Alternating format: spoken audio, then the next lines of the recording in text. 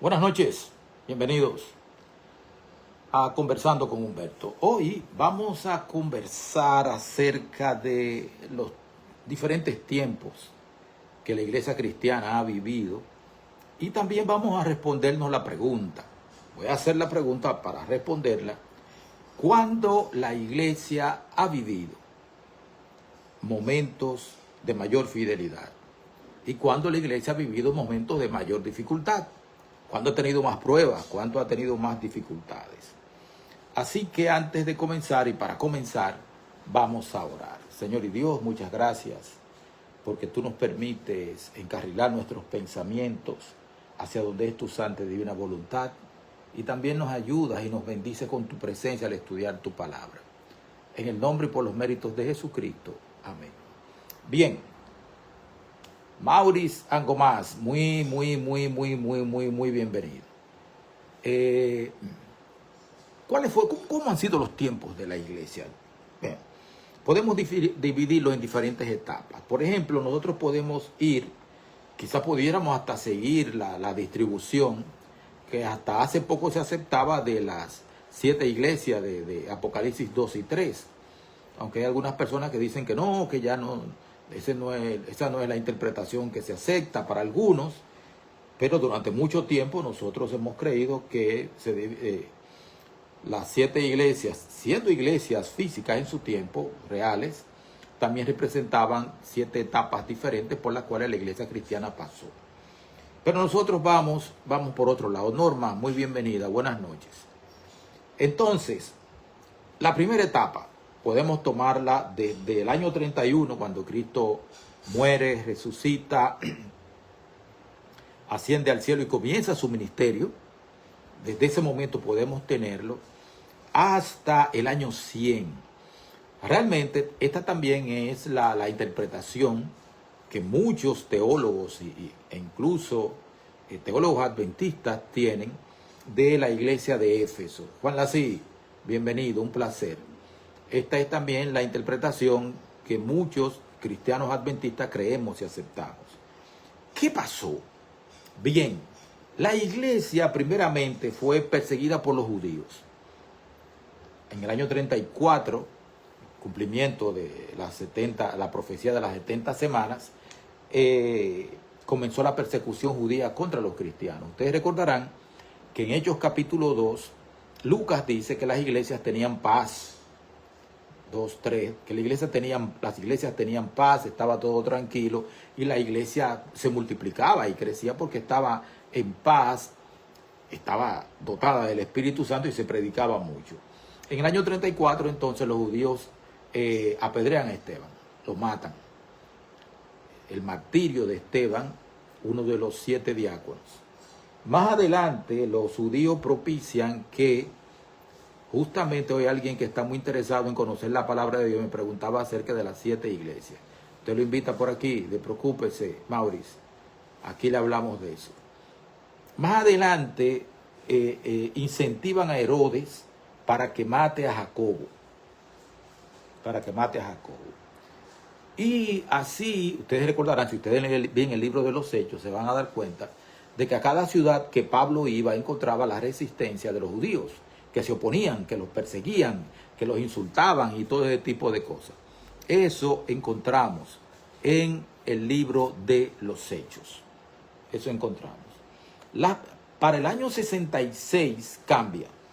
Ya los judíos no perseguían a la iglesia cristiana porque para el año 66 comienza la primera guerra judía con los romanos. Es el año en que los romanos rodean a Jerusalén, pero luego se retiran y regresan en el año 70 y destruyen a la ciudad, queman el templo, más de 1 millón de judíos mueren en la toma de la ciudad de Jerusalén. Y a partir del 66 también ocurre algo. En el año 66 ocurre un incendio en la ciudad de Roma. El emperador era Nerón. Y pues surge el clamor popular buscando culpable, quién es el culpable, y estaban culpando a Nerón. Y entonces Nerón dice, fueron los cristianos que quemaron la ciudad. Y a partir de ahí comienza la persecución por parte del Imperio Romano. Y esta persecución, como hablé ayer, se estaba basada no solamente en el chisme y en la acusación falsa de Nerón contra la iglesia, sino que los cristianos del primer siglo, lo que debería suceder con nosotros, no estaban de acuerdo, o sea, no participaban de la cultura romana, la cultura religiosa. Ustedes recordarán que lo que los romanos comían generalmente era ofrecido a los ídolos en los templos de los judíos y que esos sacrificios alimentaban el negocio de la carnicería. Ayer también hablamos de que la idolatría pues alimentaba el negocio de las estatuas, de los ídolos y también los templecillos de plata que se hacían. Ustedes recordarán que cuando Pablo fue a Éfeso, pues entonces la gente dejó de comprar los templecillos de plata y los orfebres dijeron que el cristianismo iba a quebrar su negocio y salieron por la calle a decir grandes Diana de los Efesios, grandes Diana de los Efesios, y tuvieron que sacar a Pablo por ahí. Muchas veces a Pablo lo bajaban por los muros en canasta y cosas así, y otra vez se lo dejaron tendido, medio muerto. Los judíos persiguieron, realmente persiguieron a la iglesia. La persiguieron seriamente. Maribel Cadet, muy bienvenida. Miguel Ángel Rivera Sosa, Ronnie Villamán Brito, muy bienvenido. A partir del 66, entonces, comienza la persecución del imperio. Nerón, Domiciano, la muerte de Pablo, la muerte de Pedro, muchos cristianos murieron. Espiritualmente, la iglesia se mantuvo fiel y pura y en crecimiento, porque aunque la iglesia fue perseguida, no dejó de predicar. La iglesia siguió predicando. Bendecida noche, Ronnie. Siguió predicando, no se detuvo. A pesar de la persecución y a pesar de los muertos, de las cárceles, de la confiscación de bienes, la iglesia no se detuvo, siguió trabajando. Como decimos por aquí, solo se detenía para bautizar. Entonces la iglesia se mantuvo fiel, pura y en crecimiento, aunque bajo un riesgo constante. Ser cristiano era una amenaza para la vida. El segundo periodo que quiero mencionar es el del siglo II, a partir del año 101 de la era cristiana, hasta el año 313. Fue la época más sangrienta para la iglesia de ese entonces. Fue la época más sangrienta. Hubieron 10 grandes persecuciones en ese tiempo. Emperadores como Decio, del 249 al 251, y Diocleciano, del 203 al 311, mataron muchísimos cristianos. Fueron los años más sangrientos, como les dije, y sin embargo la iglesia siguió predicando y la iglesia se expandió con poder. Por ejemplo, Tertuliano escribió: la sangre de los mártires fue semilla de la iglesia. Mientras más cristianos morían, José Pacheco, muy bienvenido. Mientras más cristianos morían, más gente venía para la iglesia. Más gente venía. En el año 303 en adelante, cesa la persecución. No que hubieron algunos periodos más de persecución, pero no fueron largos, ni tampoco eso se perpetuó. Entonces, ya para el año 313, ustedes recordarán que con el edicto de Milán, Constantino legalizó el cristianismo. O sea, ya no había que perseguir a los cristianos. La fe dejó de ser perseguida. Sin embargo, comienza el sincretismo con creencias paganas. Comienza el sincretismo. Empiezan a entrar muchísimas creencias a la iglesia. Comienza la búsqueda de poder político por parte de la iglesia. Y también comienza ahí el cristianismo imperial. Y también comienza la corrupción de la verdadera fe, de la fe de los mártires, de la fe, como decimos nosotros, de la piedad primitiva. Eso comienza ahí. Ya para el periodo del siglo V hasta el siglo XV, del 476 a 1517, con la caída de Roma, termina el periodo termina el imperio romano de Occidente. El obispo de Roma entonces tiene que asumir no solamente funciones espirituales, sino también funciones terrenales. Alguien tenía que dirigir la ciudad. Alguien tenía que encargarse de eso. Entonces, es de esa manera como el cristianismo oficial entonces se mezcla con la política. Entonces se imponen tradiciones humanas por encima de lo que dice la Biblia. Luego viene, dentro de ese mismo espacio de tiempo, siglo V hasta el siglo XV, entonces comienza el periodo de la superioridad, de la supremacía papal, desde 476 hasta el 538. En ese espacio de tiempo, los éruros, los vándalos y los ostrogodos, cada uno a la vez, pues ocuparon a Roma. Justiniano, que era el emperador romano de Oriente, en Constantinopla, mandó a su general Belisario, varias veces lo envió a solicitud del obispo de Roma, para echar a los bárbaros que estaban ocupando a Roma. La última de esas fue a los ostrogodos, que fueron echados en el año 538. En el año 538 fueron echados y comenzó a partir de ahí la aplicación de la profecía de los 1260 días. La Edad Media no terminó en 1798. La Edad Media, hay dos eventos que se utilizan para señalar el fin de la Edad Media. Está el año de 1453, cuando los otomanos tomaron el Imperio Bizantino en Constantinopla en el 1453, y también se utiliza el año de 1492 con el descubrimiento de América. Ese fue un tiempo del año 538 hasta 1798, fue un tiempo espiritualmente, uno de los tiempos más oscuros espiritualmente para la iglesia verdadera. Aunque siempre hubo en cada tiempo fieles. Siempre hubo un remanente, siempre ha habido un remanente. Hay un remanente y habrá un remanente desde el tiempo del fin. Y eso es uno de los temas que vamos a tratar en esta semana, que estoy tratando temas prácticos todas las noches. Comencé anoche, el lunes, y sigo hoy martes, miércoles, jueves, y termino el viernes a las 10 de la noche. Entonces hubo fieles, por ejemplo, estuvieron los valdenses, los hugonotes, los anabaptistas, o sea, hubo mucha gente, los albigenses, hubo mucha gente que fue fiel. 31 de octubre del año 1517, un cura llamado Martín Lutero clava en la puerta de la iglesia de Wittenberg sus 95 tesis. Sus 95 tesis, y comienza, ese es el hecho que le da inicio a la Reforma Protestante, oficialmente. Ese es el hecho que le da inicio a la Reforma Protestante.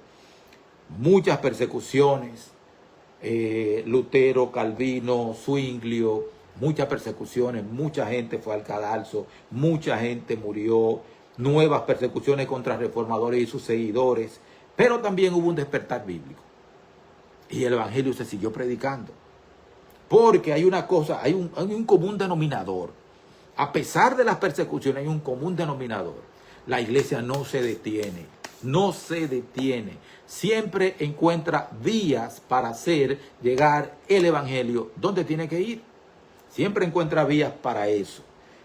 Hubo una gran renovación espiritual, pero también hubo mucha persecución.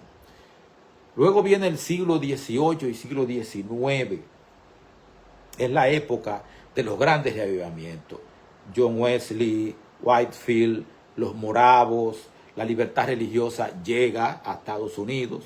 O sea, los peregrinos del Mayflower llegan a Massachusetts y ahí se establecen buscando una tierra de libertad. Claro, pasa que después ellos se convirtieron en perseguidores y así nace el estado de Rhode Island, una nación sin rey y una iglesia sin papa. Y entonces también en este periodo, siglo XVIII y XIX, nacen las primeras sociedades bíblicas y misioneras. Y estas sociedades bíblicas y misioneras tenían dos propósitos. Uno, que la Biblia llegara a todo el mundo en el idioma en que cada quien tuviera. Y en segundo lugar, enviar misioneros. Vamos a señalar algunas. Las tengo aquí anotadas. La Sociedad Bíblica Británica y Extranjera fue fundada en el año de 1804 y su objetivo era traducir, publicar y distribuir la Biblia en todo el mundo. La Sociedad Misionera de Londres, que fue establecida en 1795, que enviaba misioneros a diferentes partes del mundo para predicar el Evangelio. No sé si fue esta sociedad la que envió a David Livingstone al África. Estaba la Sociedad Misionera Bautista, fundada en 1792 por William Carey, conocida por su trabajo en la India. Estaba la Sociedad Misionera Americana, creada en 1810, que fue una de las primeras organizaciones misioneras de los Estados Unidos. Estas sociedades hicieron su papel. Mandaron misioneros, distribuyeron Biblia y esparcieron la verdad en todo el mundo. Para el siglo XX, ya a partir del año de 1901, hay mucha persecución del cristianismo. En la Unión de Repúblicas Socialistas Soviéticas a partir del año 1917, en China a partir del año de 1949, aunque durante la guerra Boer en China persiguieron y mataron muchos cristianos. En Albania, no Albania Javier, sino en Albania, que queda en una de las costas del mar Adriático, en Corea del Norte, donde siguen persiguiendo cristianos.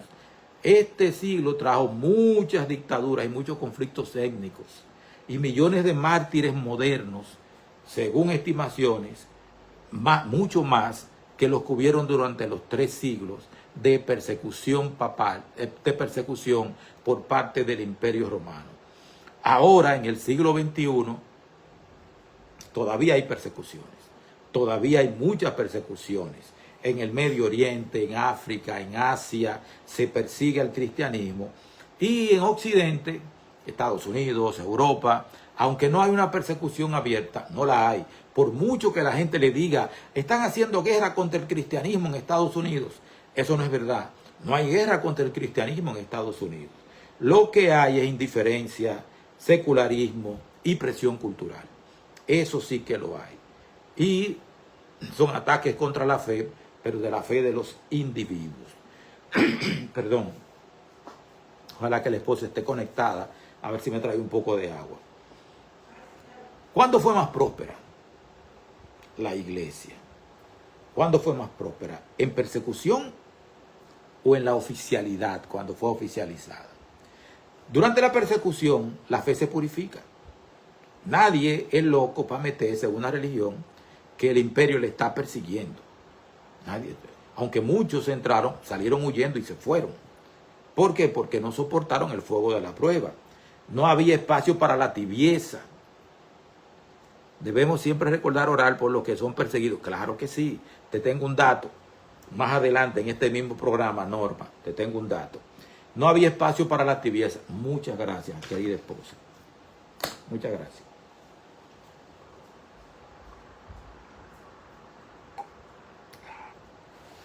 Gracias a Dios por el agua. Qué buen invento. No tiene ningún aditivo.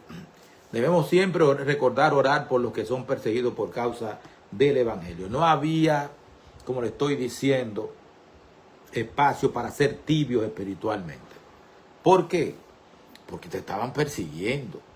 En ese tiempo, desde el año 31, en el año 31 los cristianos nos reuníamos en el templo de Jerusalén.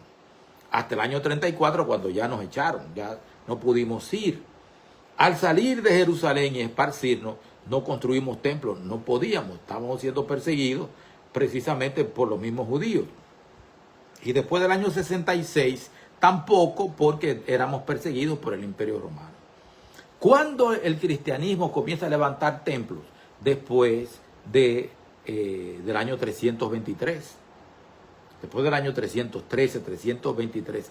De ahí en adelante, el cristianismo comienza a levantar templos. Hay que decir que el evangelio se difundía con más fuerza en tiempos de persecución. Ahí era que el evangelio se difundía con fuerza. Después, cuando la religión se convirtió en oficial, recuerden, en el año 313, con el edicto de Milán, la iglesia creció en número, creció en poder económico, creció en reconocimiento, pero decayó en doctrina y en espiritualidad. Y se introdujeron prácticas ajenas al Evangelio. Algunos datos para ustedes. En el siglo II, luego de que entre el año 135 y 145, Adriano destruyera otra vez a Jerusalén y expulsara a los judíos de ahí de Palestina, en Roma ya no querían ir al templo, no querían juntarse los cristianos los sábados, porque el judaísmo estaba prohibido, o sea, era terrible ejercer prácticas judías y se pensaba que el sábado era solamente judío, así que comenzaron a celebrar la resurrección de Cristo los domingos. Esto nos dice Ignacio de Antioquía en la Didaché.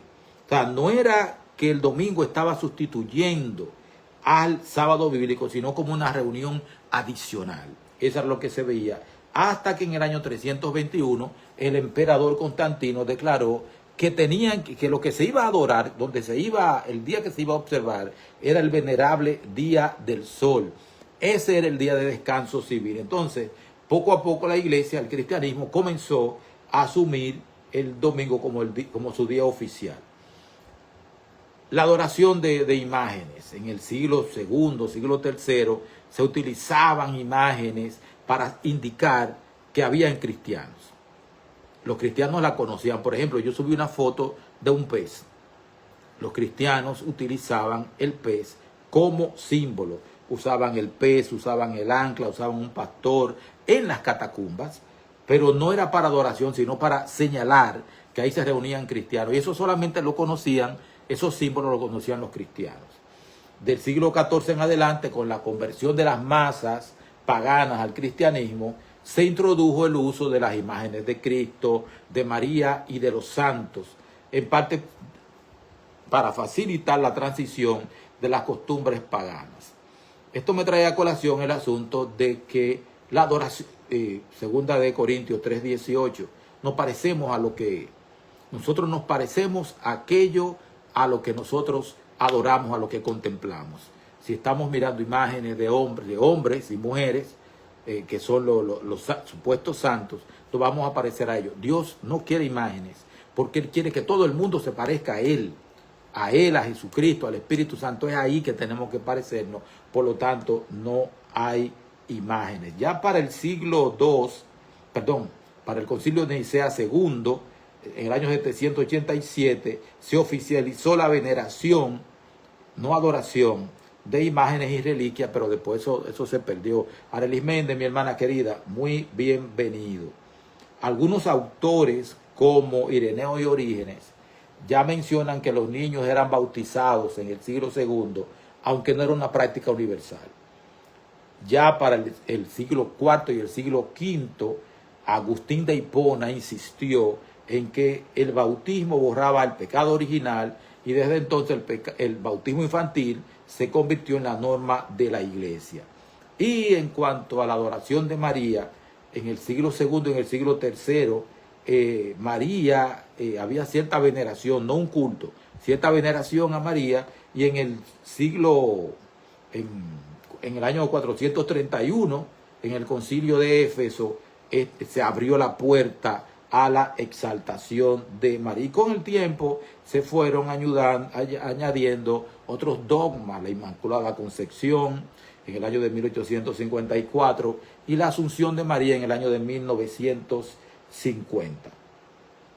O sea, cuando la iglesia no era próspera económica ni políticamente, la iglesia crecía firmemente asentada en las doctrinas y en la justificación por la fe, pero luego de eso, pues, el despelote, todo suerte de doctrinas extrañas entraron.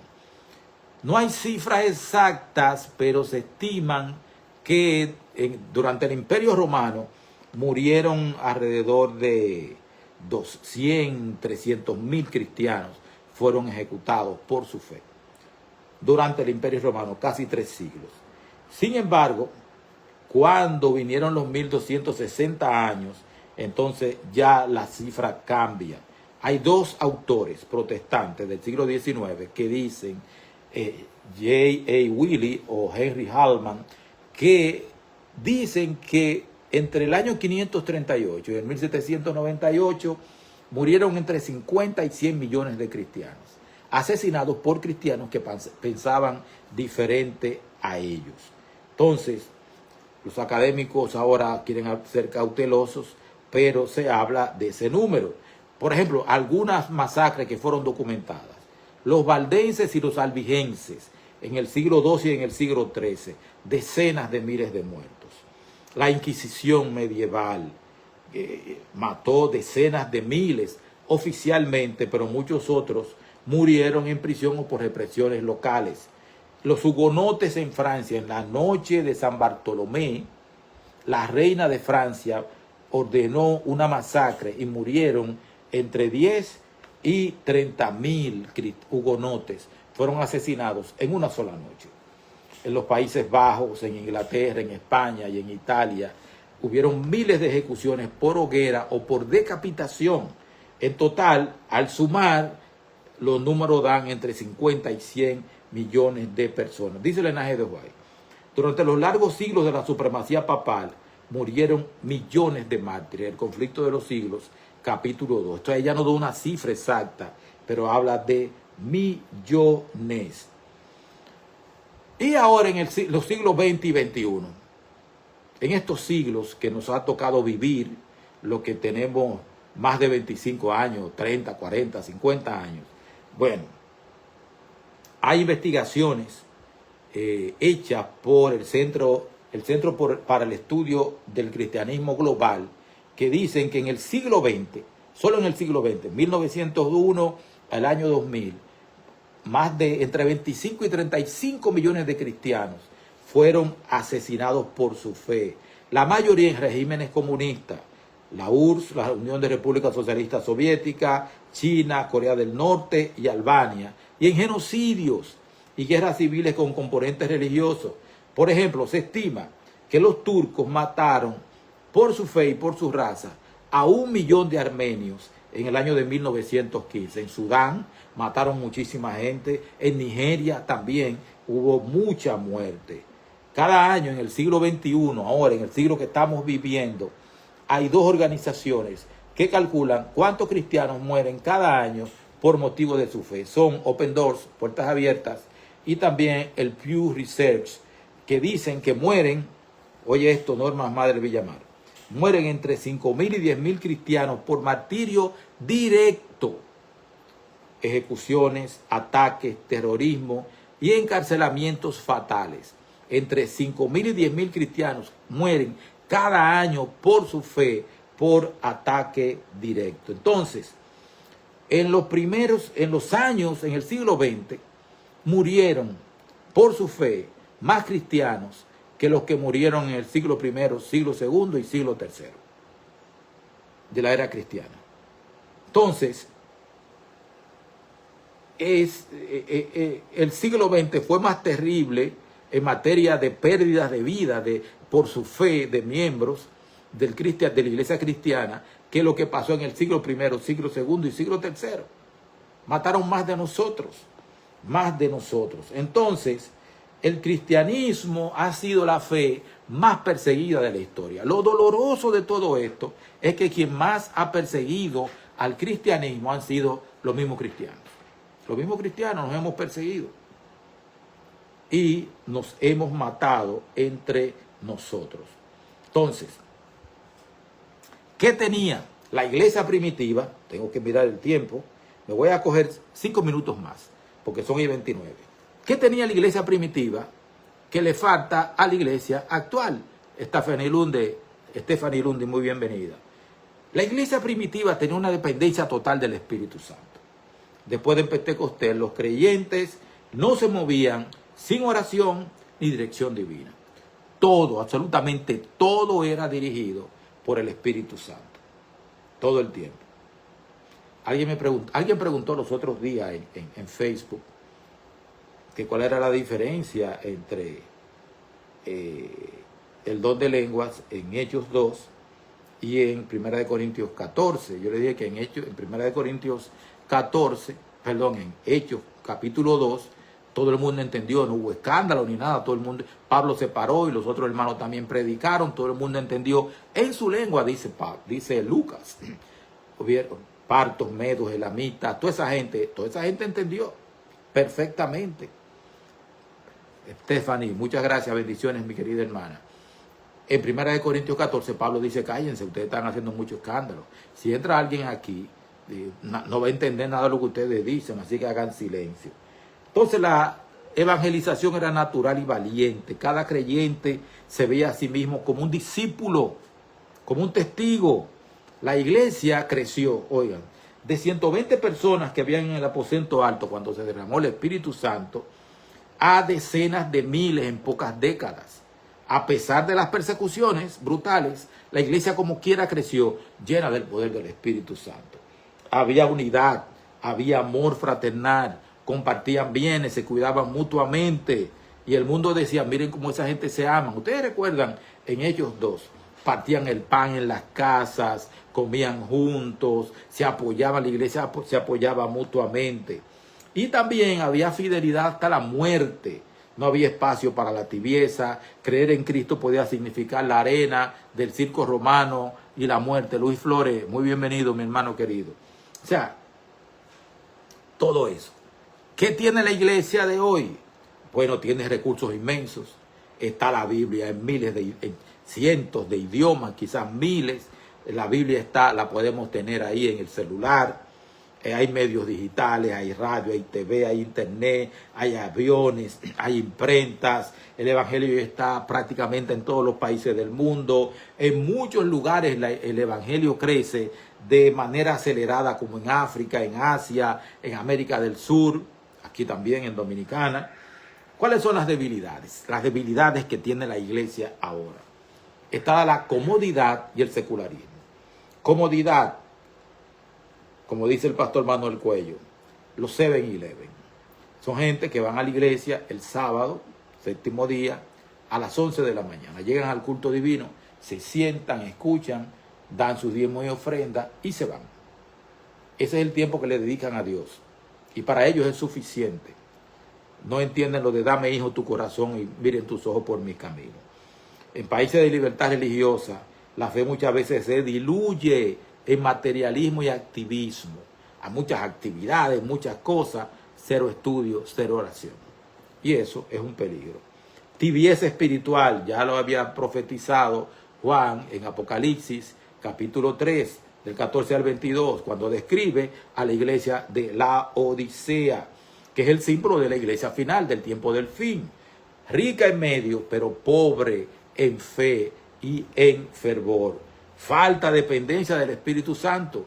Dependemos de lo que aprendemos, de lo que estudiamos, de los medios que tenemos y nos lanzamos sistemáticamente a hacer las cosas de esa manera sin darle oportunidad al Espíritu Santo que haga su obra. O sea, se confía más en estrategias humanas y tecnología que en oración y poder divino. Lamentablemente es así. Y muchas divisiones internas, aún dentro de la iglesia. Estamos discutiendo si hay que guardar los mandamientos, si no, si solamente por fe, o hay que, como dice Santiago, la fe sin obra es muerta. Y hay gente que combate eso y dice que eso no es así. Hay mucha polarización cultural y política. El cristianismo nacionalista, que ahora nos arropa y que es político y quiere control de la iglesia y de todo. Entonces, la iglesia primitiva tenía pocos recursos materiales, muy pocos recursos materiales. Pablo vivía haciendo colectas para llevar a los hermanos pobres de Jerusalén. Pero había un fuego misionero imparable. Eso no se puede negar.